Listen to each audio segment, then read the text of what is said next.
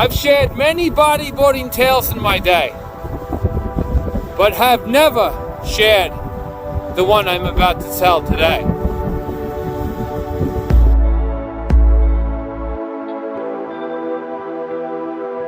It was about 7 years ago that I moved out here to Mastic Beach.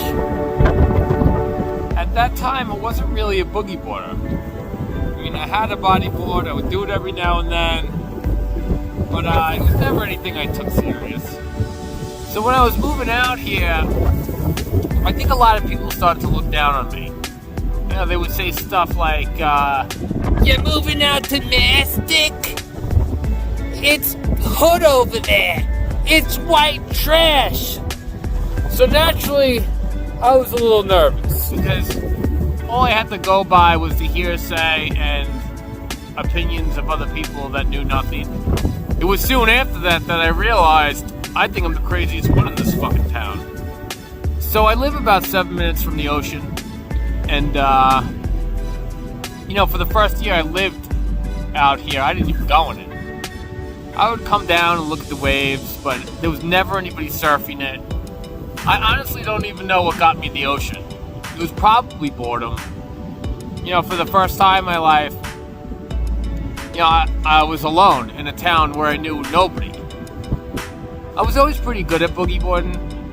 As a kid, I would do hand drag spins, double knee 360s, and I would try to do El Rolos where I'd go up to face parallel and then land and get crushed by the crest. That was my El Rolo at the time, because I didn't have a concept of the bottom turn. So when I first surfed Smith Point, those are the moves that I did.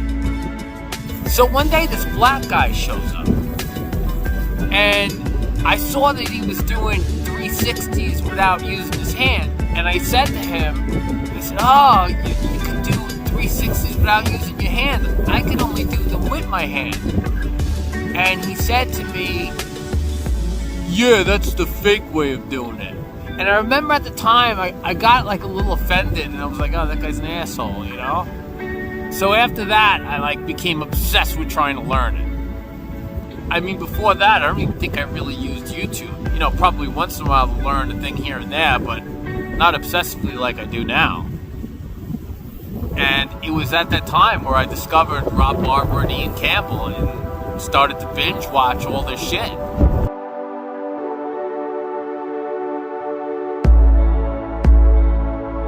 So after watching Rob Barber and Ian Campbell and all the tutorials on YouTube, I still could not get the damn trick. So I stepped away from YouTube. And I said, "You know what? I give up." And the moment I gave up is the moment I figured it out. I told myself, alright, all I have to do is turn up the wave and point the nose of the board north. And if I could point the nose of the board north, then all I have to do is a 180. I tricked my brain to think all I have to do is a 180. And when I did that, the next time I went back in the water, I landed it 4 times. 4 times.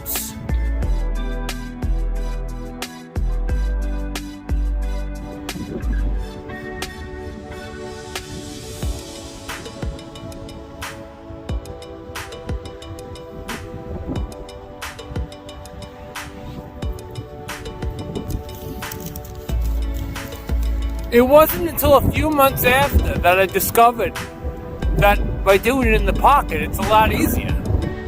So if you're thinking to yourself, "Stevie, you telling me it was the black bodyboarder that created the monster of a bodyboarder in you?" The answer is yes. That's what I'm telling you. He was a legend. The legend of the black bodyboarder. I know what you're thinking. But Stevie, you're lying. Black people don't bodyboard. This one did, and he was great.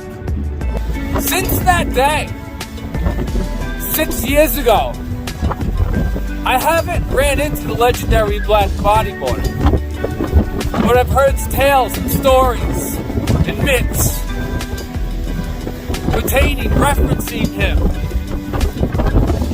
how he can do the ARS and the invert, and how he's amazing. The legendary black bodyboarder wasn't just a man who did a reverse spin on a bodyboard at Smith Point. He was an inspiration to me. And in turn, I have inspired others.